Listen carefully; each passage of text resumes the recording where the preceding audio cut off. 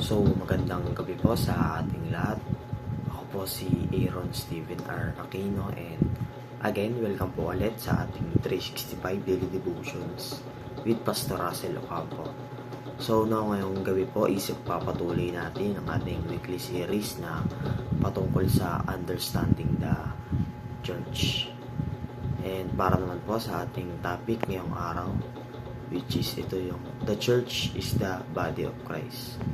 And now, sabi po dito sa Ephesians chapter 1 verse 22 and 23. And God placed all things under His feet, and appointed Him to be head over everything for the church, which is His body, the fullness of Him who fulfills everything in every way, or sa Tagalog naman po, at Kanyang inilagay ang lahat ng mga bagay sa ilalim ng Kanyang mga paa, at ginawa siyang ulo ng lahat ng mga bagay sa iglesia, na siyang katawan niya, and ang kapuspusan niya na pumupuspos ng lahat sa lahat. And para naman po sa ating katuruan ngayong araw, first is Christ is the supreme authority of the church. So, si Christ daw po ang may, kumbaga, pinakamataas na authority sa mga churches. And correction lang po, ibig sabihin hindi po ito yung mga pastors or bishop natin na pinakikinggan natin sa mga churches. So sabi po dito, si Christ pa rin po yung, kumbaga, may authority sa lahat ng bagay. Kumbaga, ginagamit lang yung mga pastors and bishop natin ni Christ para makapaghatid sa atin ng salita ng Diyos, syempre. And pangalawa naman is the church is the body of Christ. So tayo pong mga tao, tayo daw po yung, kumbaga, pinaka-katawan ni Christ. So ano po ibig sabihin nito?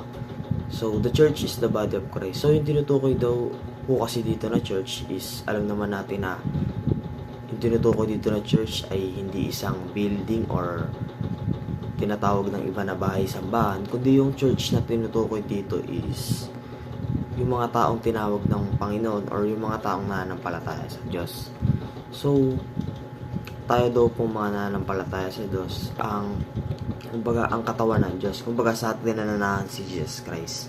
Kaya, bilang isang mananampalataya, marapat na, kumbaga, pangalagaan natin yung katawan natin, and kumbaga, umiwas tayo sa mga bagay na ikakasira ng ating katawan.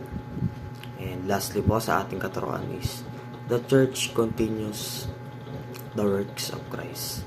So tayo po mga tao is dapat ay pinagpapatuloy natin yung nasimulan ni Jesus Christ, and ipagpatuloy natin ito.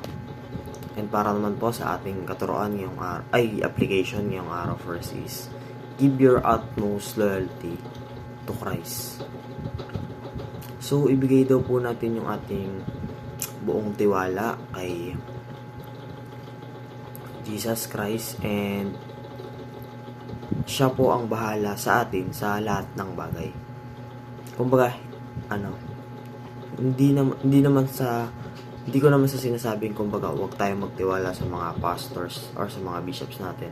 But, kumbaga, mas ibigay natin yung tiwala natin kay Christ kumpara po sa mga leader natin sa mga churches. And pangalawa naman po sa ating application is trust that Jesus cares for the church as His own body.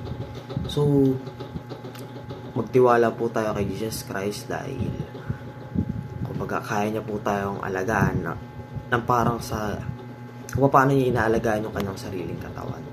And lastly po sa ating application is continue reflecting the character and works of Christ.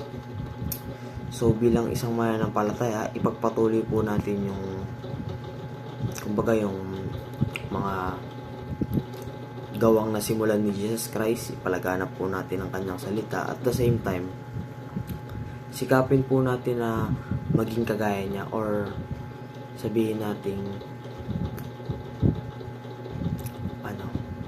malapit dun sa word na holy.